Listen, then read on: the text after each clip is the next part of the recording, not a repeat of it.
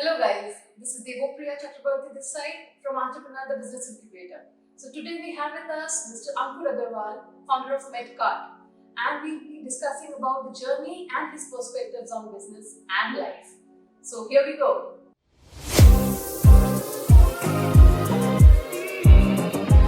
I would put health into two brackets. One bracket is mental health, the other is physical health. And as we get more into individual groups, and unfortunately I would say that because very few people today are actually open to working in a team. They are all working as individuals. Even if they are working as a team, it's a team of 3-4 people. We are not looking at people who can probably all of a sudden have 1,000 people, or probably over a period of 3 years, 4 years, 1,000 people under them in various structures. But now we see people working in teams of 3, 4, 5. Now this is dangerous. Why? Because you are limiting your scope of knowledge enhancement. Understanding people, you're not understanding people. So which forces you to have limited this thing, and it also, as I said, has a mental well-being problem. Because you resonate, you live in that, and you believe that is the truth. That is our quota meta, as simple as that. And which may have positive connotations also, but in majority of the cases have negative connotations. And which is dangerous. If you want to draw a parallel abroad, US, Europe, people are singles, people live in absolutely nuclear families, which is just husband and wife, maybe kids, may not be kids. Now, this is where the percentage of mental health problems are far higher compared to a country like India, which is much more social. But if you go future, and we are moving in that direction of smaller families or smaller groups or smaller interactions, we realize that will be. If you simply want to probably draw that, one very small example I take is, how many of the kids today actually go to marriages? And how many of us, as in I am 42, we used to love going to marriages because of whatever, coffee milta tha, chai milta tha, ghar mein nahi milta tha, yaar, as simple as that, we used to enjoy it. Nowadays, kids don't want to go to marriages. मैं क्या करूँगा, किससे मिलूँगा, मैं किसी को जानता नहीं हूँ, and things like that. So the circle becomes smaller and smaller. So that's just one example of how the younger generation grows up. On the front of physical, it is absolutely dangerous when it comes to organization. People are getting lazier by the day. Convenience takes priority, and which is very clearly visible in the kind of startups which are solving the new age problems which are never there. So, and it is very clearly reflecting both on the kind of problems that we have, incidences of problems, both cardiac related, diabetic related. It's the first two signs of body failure of some sorts. And yes, that is both very disturbing and a very long trend, because that will set a precedent for things to come, which is not in the right interest of anyone. Quality of food, quantity of food, everything is compromised. No one wants to make food as well. So maybe I am shifting gears to Zoom from the Zoom that we are discussing. So my curiosity would be about, since you have been building a company since quite a long time now. So what was? See, I believe that entrepreneurship is something that when in day one you visualize X as a goal, and while you step up to the era of building on that goal, you realize that it is not just that X, but it is X plus 1, plus 2, and so on, end, right? So what was that difference? Like, what was it that you were building when you started, and what you went on building? Okay. So why we started was because we wanted the people, and especially the lower income or the middle to lower income, that the price of medicine or the cost of medicine should not become a determinant in their treatment. Okay. That is one short, very simple one-liner. But on the way we realized that business has to survive to be making a difference to all these people. So we moved to those who can actually understand it rationally. That is not this class, which is slightly upper to middle, upper class, who are both educated, rationally think they can look at everyone in practical terms and say that okay, everyone has their own vested interest in it, and which is where they should choose rather than just follow the word of what is written. That was first pivot that we did. Then we did a very interesting exercise. We realized that there are multiple problems that people are facing. One, it is not about solving a problem. It is about going to the core of the problem, because not everything can be solved by medicines. Even if, okay, I'll give you examples, and these are very, very pertinent examples. So there are certain health centers in India, very good, fantastic health centers, where you go and they very clearly say that if you come to us, don't come to us for less than 15 days. So you go there, you are diabetic, you are heavy cholesterol and heart problems and all of that, and you stay there for 15 to 20 days. And the day you leave from there, your diabetes is normal, without any medications, your cholesterol is more or less the same line, your heart is functioning better, your vitals are much, much better, and everything is goddamn fine. And in 20 days, or not 20 days, in 2 months after you leave that place, you're back to your mistake.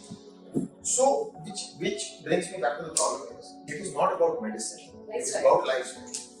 So, if I want to actually instill that thought process into the mind of someone who's actually ill, I cannot just preach. I have to instill it through some way or the other. Unfortunately, fear is the best motivator there. But yes, so but that is where we need to work on, because medication, it's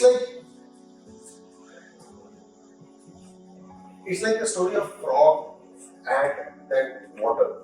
You put a frog in normal water, put the water on a gas, and the water slightly goes up in temperature, and over a period of time, the frog doesn't even realize where he is, but the water keeps on going up. Similarly, for any kind of disease, it starts with the lower dose. The dosage keeps going up and up and up, and in the meantime, the body is actually stopped functioning on those vitals. So, there is nothing good that will happen. The cure is not there, you just control it. So, we have to work towards cure. Honestly, I don't have an answer there. Yes, that is one problem. So, talking about that, this gets me very interesting towards. See, if you are focusing towards cure, because we know that medicines or generic medicines, which is your domain specifically, is something which is not a cure, and it might be a prevention in a few cases, and it might be a inhibitor in a few cases. Which is people say, doctors say, don't take medicines, go for natural cure, go for Ayurvedic cure, and even you, being maintaining the ethics of your business line, you believe the same, that yes, going down the line, we have to see to it that people have to understand that taking medicines is not the answer to what is happening inside your body. So in that case, where do you see, like, how do you want to frame your business in the coming years or in the coming future? Like? So, because you can't say that I'll stop my business. You can't stop your business. So how will you? So that is maybe that is the difference between a businessman and an entrepreneur. How can you pivot it from there? Okay. So I'll put it in a manner which is, Please. when we started, our thing was very focused on generic medicines. But when we opened our first store, we realized why such initiatives actually failed, and why will they continue to fail. Because you will not go to 2 stores to buy your medicines. You will go to one place where you can buy all your medicines. And I have to keep branded because not all medicines are available in generic. So we kept going.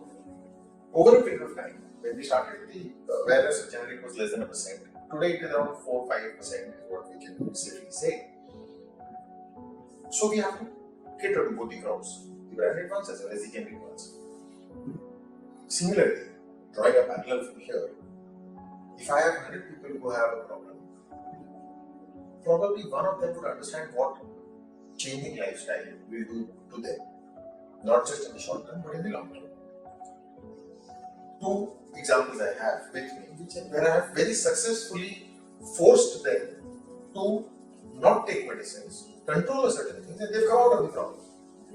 And there are tons of other examples. These are just 2 of them that which are people very, very close to me. But yes, there is a possibility, but it is difficult to make them understand. So we have to focus on this, because this is where the future is. But then the second question comes in, who convinces people to come on this side of the road, which is zero medication, 100% your routine to be in the right direction, but without medication, you are able to cure it permanently. So how do you force people, or how do you inspire people to come on this side of the road? And then, in order to make business sense at the end of the day, how do you make them pay for it? Today, as we speak, we are far more conscious, if not dedicated, towards digital watches, fitness freaks, and so you see so many startups in this domain who are tracking every problem of your body. Are you actually doing something for the next level? Are you're getting all the data, you're getting all the recommendations, but are you doing something out of it? I don't know. Are you doing even 1%? So, in that scenario, I will, it pushes me towards, as you mentioned, that what you are doing is towards, you are, of those 4% that you just mentioned, you are trying to make them aware about it, but you can't do it just by word of mouth. Right. You need catalysts who can convince them towards the life cycle, or towards the life cycle of this entire process to improve their lifestyle. Right. So, can you just mention, like, in your tips, like 3 or 4 such convincing catalysts who can help your mission, who can help you to fulfill your mission towards this awareness? Like, who can do that? What kind of body or what kind of people can do that? So, if the people listening to us, they can actually be the driving force towards it. Because as a startup or as a company, you are working towards a broader mission which we are trying to understand and which we would like to, let our audience know. So, in that case, who are those catalysts who can help us in taking this world ahead? 2 parts. One is the generic part, which is where we have certain ways, means of things which have to be done. But the larger driving force has to come through the doctors, the entire pharma fraternity, to align ourselves. Without their support or tacit support, a large scale movement, it is not impossible, but it will be delayed. The day we move in that direction, those who are left out will remain left out. And that's a fact. We cannot change. Who can support us? I think it's more or less the ecosystem. Not one person, not one brand ambassador who can support us, not one group which can support us, but it is the ecosystem. So the legal ecosystem and the other parts of it that can support us. When it comes to what we said about the future, I'll give you 2 examples. There is a company which, not a company, it's a small set of 4 or 5 people who have got into different kinds of treatment, not medication, treatment procedure, Okay. which helps people get over diabetes for life. So, diabetes reversal. Diabetes reversal. Okay. That's a new trend I have been hearing. So, and there are successful examples of how Yes, they can yes, do it, yes. and they have done it. Similarly, there is another group of young people, of 4 or 5 people, who are working on IBS. I don't know if you know it. Yeah. Irritable bowel syndrome is there. But people have a problem that it's very irritating and they cannot actually travel long distances because of it. Now they have come up with a very, very interesting cure where through what we call is sound therapy and some sessions, psychiatric sessions, they've been able to cure it. And they have had backing of good, decent number of people. And there is no medication. Because actually no medication works to solve the problem. As we said, We are resistant now. it is not about resistant. Let's understand the underlying thing. When you take crocin or paracetamol, do you actually solve fever? Exactly. We were discussing this just some time back, with my brother. Like, what is it that crocin solves? What is it doing after it enters into our body? It is just numbing the effect of our pain for a certain period of time. Right. So, is that a good drug or a bad drug? Is it good or bad? So, yeah, please go ahead. So, any medicine, and I would say primarily allopathic medicines, do not solve the problem, they suppress the problem. And the suppression may be temporary, may be permanent, whatever it is. So, you're not solving the problem. So paracetamol will temporarily cool down the body or have an antibiotic effect of body को temperature बढ़ने नहीं दे रहा, and over a period of time the body itself fights with the problem and solves it. You are just temporarily helping the body to fight it. Similarly, any kind of acute diseases will help the body fight it or suppress it. Antibiotics help the body fight it. Antifungals help the body fight it. But majority of them are suppressants. When it comes to long-term problems, chronic ones, they are again suppressants to a very large extent because none of them are curing. Had they been curing, there would have been a 2-3 month kind of a therapy, not a lifelong therapy. So they have certain things there, but they are all suppressants. So this actually reminds me of my grandmother saying a lot of things which we used to shove it off by saying that अच्छा ठीक है एक ही चीज बार बार मत बोलो, like it's okay, we'll do it later. So few things which she used to mention, talking about the lifestyle changes or the patterns, that it is actually a pattern which you follow again and again, again and again. Like my grandmother, you can say my grandmother's Sasuma, she never had a white hair. She died when she was 88 years old. Not a single white hair, not a single teeth broken or filled or cavity. So what is the reason of all that? Like maybe that is the reason behind it is the pattern that they follow. She used to have after she became a widow, she used to have only one meal a day, one proper meal a day, and the rest of the day she used to be on water. My grandmother used to tell me that wake up every day at 4 o'clock. Whatever it may be, wake up at 4 o'clock. Even if you sleep at 12, wake up at 4 o'clock. Why? Because that 4 o'clock, when you wake up at 4 o'clock, that vitamin that you get from the sun is something that you will not get when you wake up at 10 o'clock or maybe that later on stage. That pure vibrations that you're getting, that is important. So nowadays what we are depending on is more of the supplements that we get, because we have a lot of supplements out there. Vitamin D supplement, fish oil, this, that, n number of supplements out there, and we think that if we take a supplement, we are doing good. And then we have gym, which used to be kasrat back then, which used to be yoga since ages. We have gym, we have all those fat diets, keto diet, and every other fat diet that is available in the market. And we ourselves know that if we read X blog, that whatever the blog says and we follow it, 7-day flat belly, 21-day lose 5 kgs. So all these fad diets and processes, we have believed in it. And even if we see 5% of effect from that, we think that this is working and this is good to go. But again, at the same point, the things that they used to eat, the things that we eat, has they're poles apart. Because अभी के time पे, present day, the things, how things have changed, how things have, the adulteration that has been done to our food and everything. How do you see that? Like, even if we make our lifestyle changes, do you think that we can be at par with them? Like, what they have done, what they were, how they were when they were 40, and how you are when you are 40. Like, isn't it a match?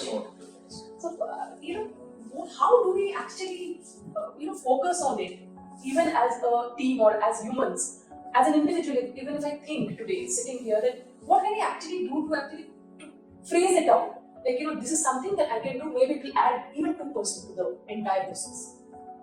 So, it's a matter of convenience then. Okay. Where you choose which 2% you can do by minimally affecting your lifestyle. And you choose that without realizing that it is not the 2%, it is the 100% which needs to be done. For which, mentally we are not ready, no matter what said and done. I agree with you. 4 o'clock छोड़ो, 6 बजे उठना मुश्किल है. And there are so many things that is, I wouldn't say the system has become like that, but we have become too lazy to change ourselves. And what or how we can achieve what you said remains a very, very distinct thing. I have no words, because even if I try, I cannot change my kids for it. I have realized it at the age of 40, 45, 40 is required. And I can very clearly see that my kids need to do this, otherwise they will be in a problem. But I'm not able to get them to do it. So, earlier people used to listen to elders. Today, they have so much of information sources that they question the elders rather than listening to them. We don't know where they're going. So, talking about that, how do you think, let's come back to the business ecosystem, okay? Because, of course, business and philosophy goes hand in hand. Without that, there is no tomorrow. But let's come back to the core of our business. When we have the startup buzz all around us, and it is going to stay for some time. When did you realize that your business is a startup, or when did you think that it became a startup?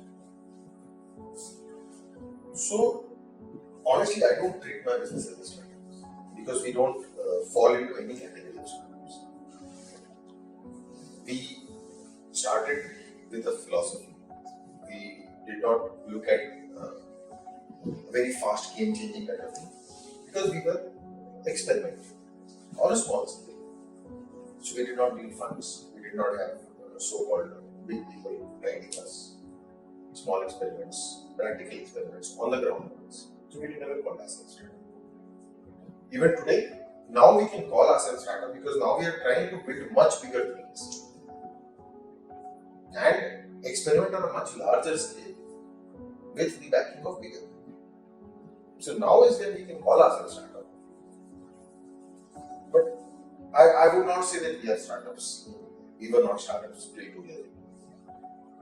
However, when we say that the ecosystem of startups, as we discussed last time also, that yes, there is a buzz, but things are maturing. The ecosystem is maturing. Earlier, people did not know how to or what all ideas can actually. So every idea was like a gem. Everyone who was coming out of the washroom was thinking of $1 billion idea because they had a part of it. Right? So everyone thought like that, and even today. But the moment they come back to the dining table, those ideas are gone. And there was a time when people used to be like, okay, this idea can get funded, whatever. And now we see, we look deeper, we ask the right questions, the ecosystem matures, so the filtration improves, the wilder dreams are gone again. People have started asking questions about execution and not just about the idea. So things have evolved. We are still nowhere close to where we should have been, unfortunately, and that will continue to remain because of two fundamental reasons. One, younger kids have both either a reason to be famous or something they want to do. There is this two part which is there. On the other side, people are ready to put money. And when I say people, it is people from across. When we talk today, there are hundreds of billions of dollars which is waiting to be invested. And there will be, in some time, a pressure on VCs to actually fund people because we are sitting on dry powder. The moment the current interest rates, which are 7% goes down to 0.5%, you will again see pressure on people to invest. When they have the pressure to invest at that scale, then again the FOMO will start and people will start getting invested. So there is enough and more. Just to give you an article which was published by the Big Five last week, the kind of money that poured into startups after the 2 seasons of Shark Tank, every Tom, Dick and Harry was ready to fund 5 lakh, 10 lakh was, okay, you want this, you have this idea, I'll put 5 lakhs. Just to be in that periphery of being a shark or an investor. Whatever. That's the FOMO effect. Yes, so either they wanted to play the shark or this, or they had enough money that they could even get, even if that 5, 10 lakh or 20 lakh goes away, it doesn't matter because today, second problem is that there is a decent percentage of population which has so much money that they don't know what to do with it. But they don't know where to invest to. They don't know what to do with it. Spend, invest, keep, what to buy. They absolutely don't have idea. Going on the same line. For example, X person has money, as you said, doesn't know what to do with it. And now someone comes up with the idea just out of their bed, like I have this idea, then I'm investing in you. Yes, that is where FOMO is. I'm investing, but then before someone else puts in the money and the round is closed, I will put in mine. Exactly. Now this person whose startup has been invested, he thinks I am the king of the market. Right? I have already got investment. LinkedIn पे post डाल दे, हर जगह news पे दे दिया, article छाप दिया. So and so startup has been invested by so and so. And as soon as this startup, this investor is invested, now this investor has a venture capital firm on his name. XYZ venture capital firm. That has become a trend now. It was actually a trend for the last 7-8 years. When you look at any big corporate house, every one of them has a family office. Everyone wants to become a tiger group. Those were there. And when we talk about this, we talk about companies or families which are 10,000 crores, 20,000 crores worth of value. Now the problem is, a person worth 100 crores is also having a family office for investment. And now things are spreading across because of Shark Tank or because of whatever FOMO people have. Everyone wants to invest. So it should be, if I can add value, I will invest. But it is going the other way around. I am investing, so I have to add some value. That is very dangerous. That is very dangerous because there are people who don't know the meaning of investment and they know just how they can run their own business. But how does it take business done or how does it not take business? Me, if I am a stock market trader, I cannot invest in a startup and say that मुझे returns इतने महीने में चाहिए या इतने साल में चाहिए. It is not like stock market investment. That is one point, and so on. There are such stories which I have, I have seen myself. I have come across myself. So talking about that, do you think that startups, when they get an investment, they have a pressure of spending the money? So this question is specifically for all the startups out there who are either in their pre-seed round or first round of funding, or they are raising their fund, or they have already raised their fund. I'm trying to drive this question towards them because you have been in the ecosystem, you have raised funds, you are using funds, you are bootstrapped with your own money, so you know both the sides of the table. So what do you think is the scenario there? Like, do startups have a pressure of using the money, or do startups have a pressure of why are you using this money? Penny per penny questions. How is the scenario there? I think you need to look differently at the money, which is what one very careful suggestion came from our banker, that you have raised X amount of money. Don't think it is someone else's money. First, get it clear in your head. It is not someone else's money. You have actually given away your shares for this money. So now it is your goddamn money. Treat it as your money. Don't treat it as someone else's money. The moment you treat it as someone else's money, you will wear a completely different hat and you will not look at things practically. That's spot on. So if you have actually raised whatever money and you are treating it as your money, take a sane business decision. How much can you do? How much can you experiment? How much is okay to fail?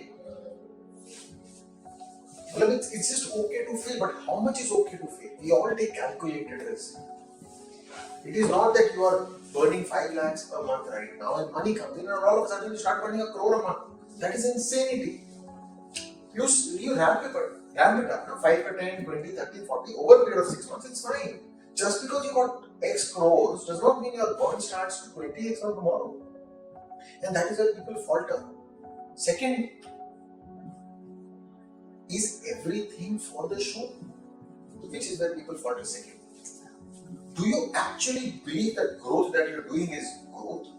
Or is it just an eyewash? If it is an eyewash, someone somewhere will catch. And that is where things will go down. In the last 6 months, we have seen so many startups, the valuation slashed anywhere between 40 to 95% just because they were all into eyewash. They were showing some numbers, which were numbers, but you were actually not believing in those numbers and you knew that those numbers will fall because those are all made up. How can you spend 3 rupees to get a revenue of 1 rupee? And for how long can you do it? Now, these are all things which you need to answer yourself. No one else. Forget investor, forget banker, forget your co-founder, forget your employees. Ask yourself, do you really believe what you're doing is adding value? Or are you making a story to sell which you also do not believe in, but you do a fantastic presentation in front of a table of 5 investors, they are all impressed. But inside you, you know what you have made yourself of. So, two things. Money is yours, treat it as your money, whatever be the amount. And secondly, whatever you are doing, do you have your own conviction in it? These two questions, if you answer, you will not do wrong. Your conscience has to be clear there.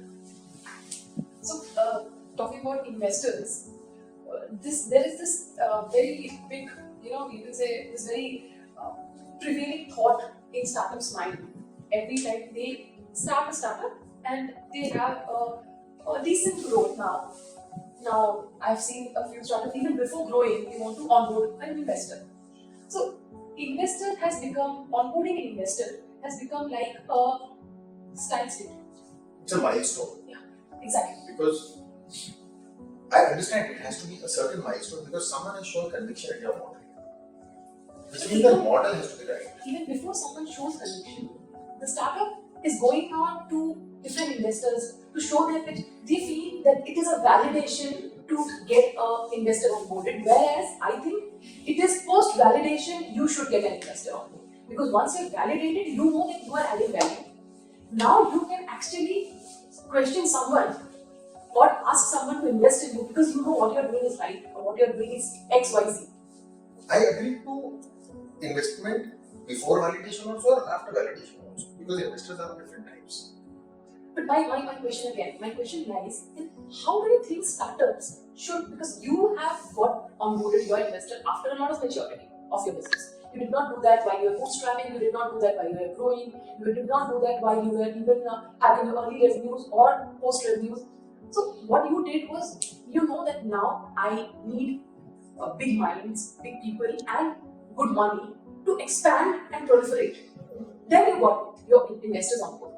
Of course, different businesses have different stages when they should get their investors on board, but uniquely, if you just want to give it a thought, when should a startup get their investors on board? If they need an investor. And how should a startup know that they need an investor? How should you identify that I, being a startup, need an investor? Yeah.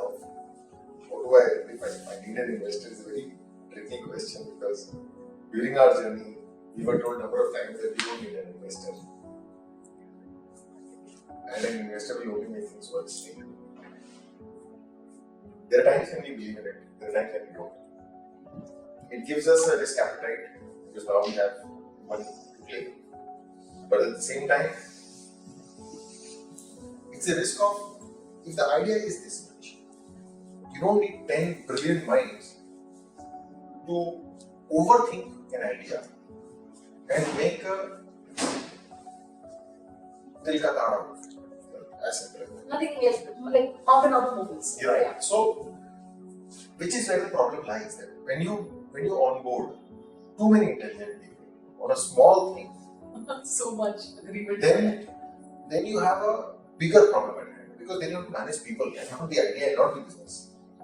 Because there are so many intelligent people in the room. And everyone wants to take the business in their direction, so it becomes a problem there. But whether to raise funds or not, it is so much situation, it is so much business dependent, not situation, business dependent. Is your business sustainable right from day one? Or say, okay, you might have some bootstrapping and then you say that third, fourth year we will break even without any external investment. And then you might need, might not.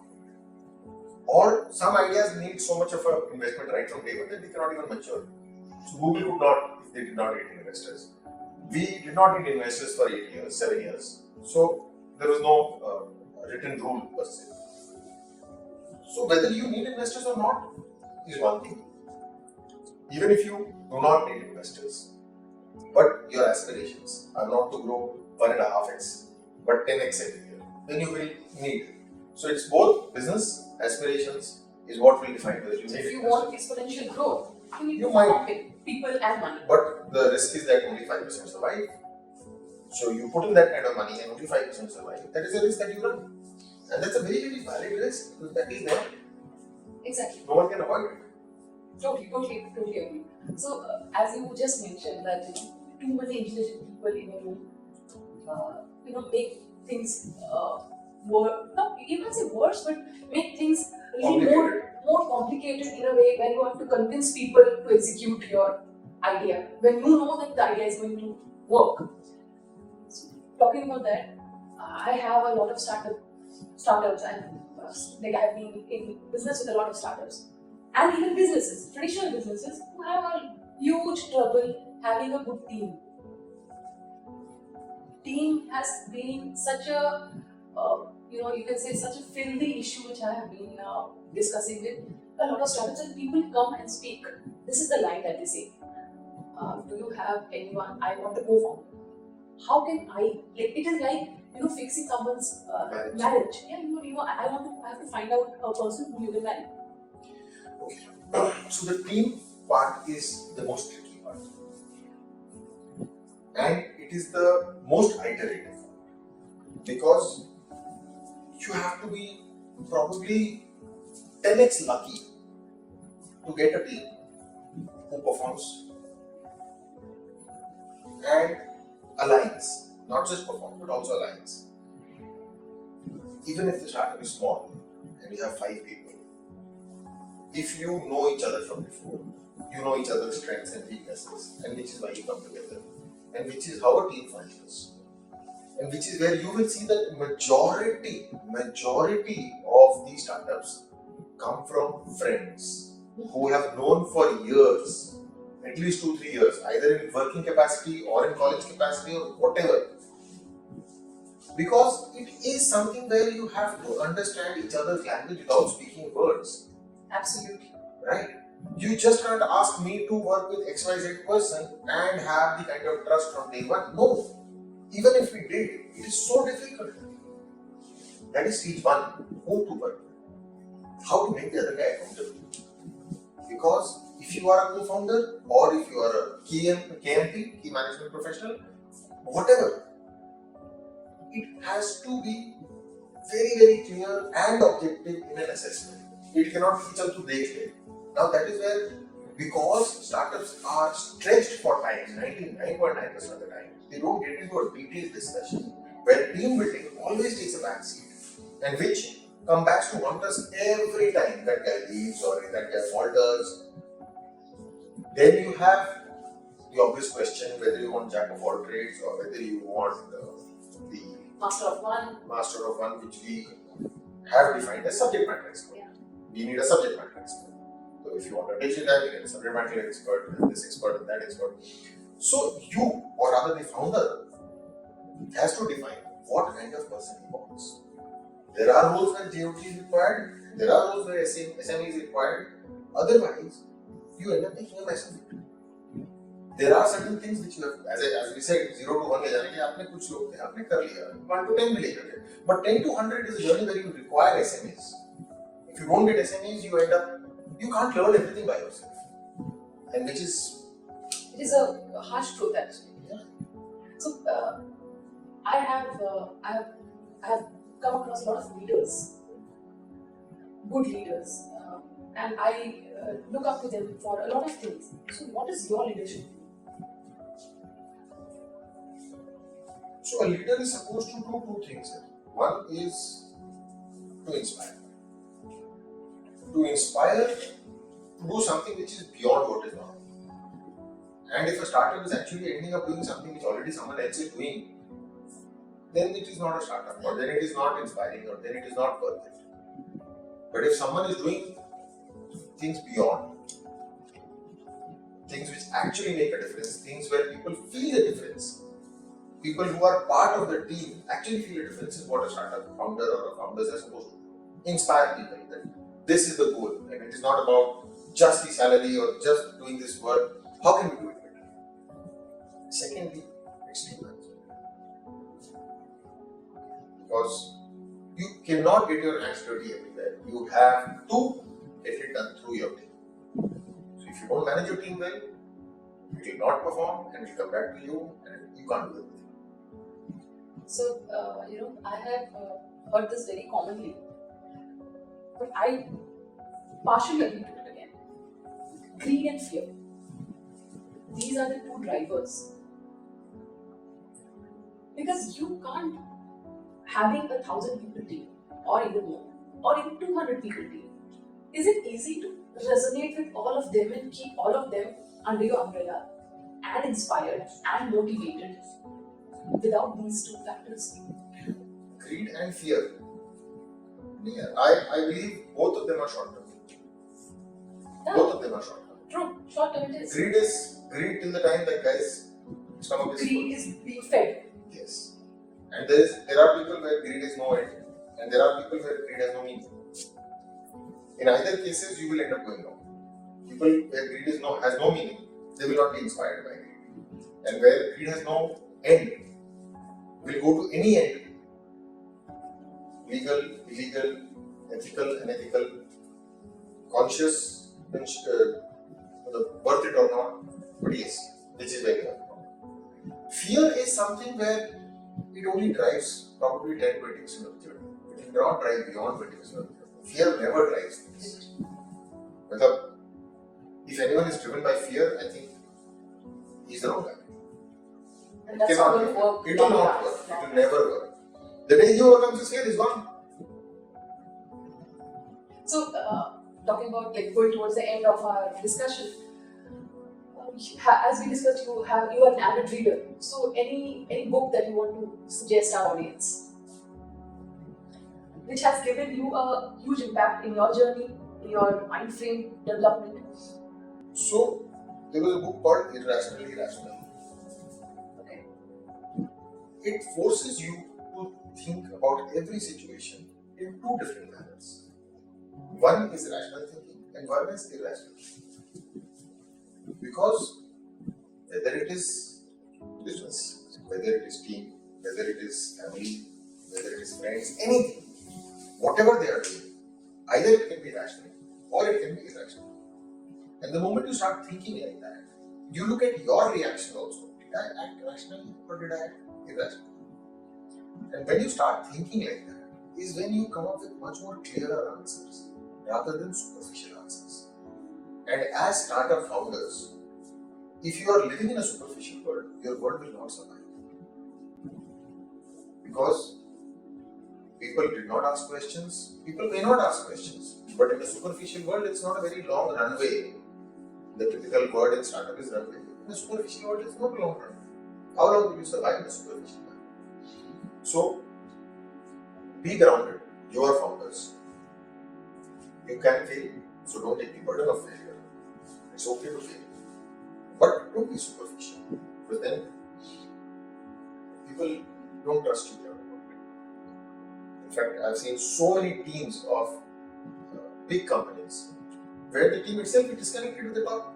It was possible नहीं है. The founder came, he told all of this, but look at this. I know that is not good. So at that point in time, what happens is you are disconnected. And that will not last long. Yeah, so basically it has to be reality and not a reality show. Yes, inside also.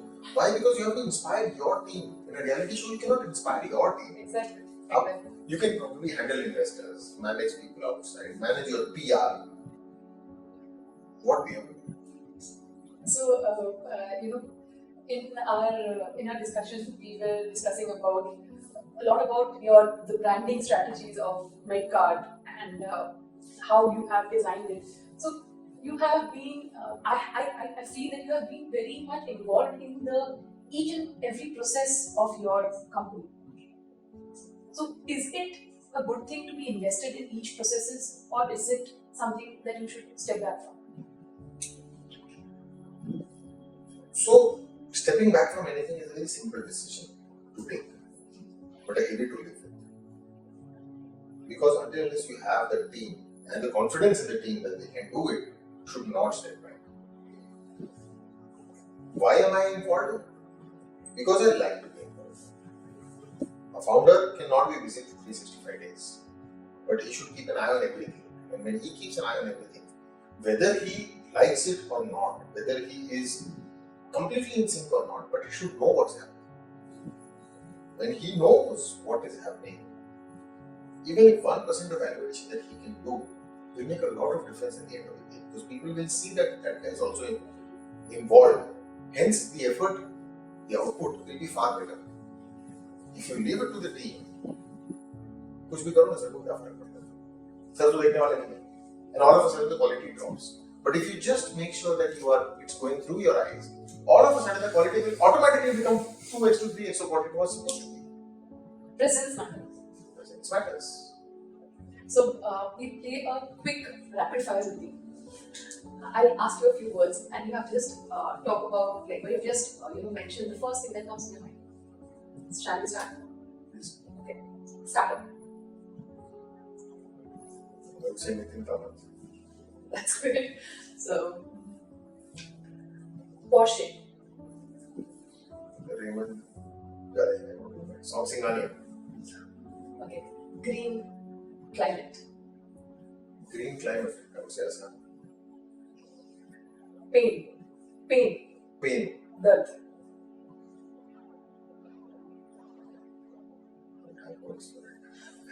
Speechless. Right. Yeah. Love. Mother. Failures. Part of life. Risk. Calculated. How was the session with us? Interesting.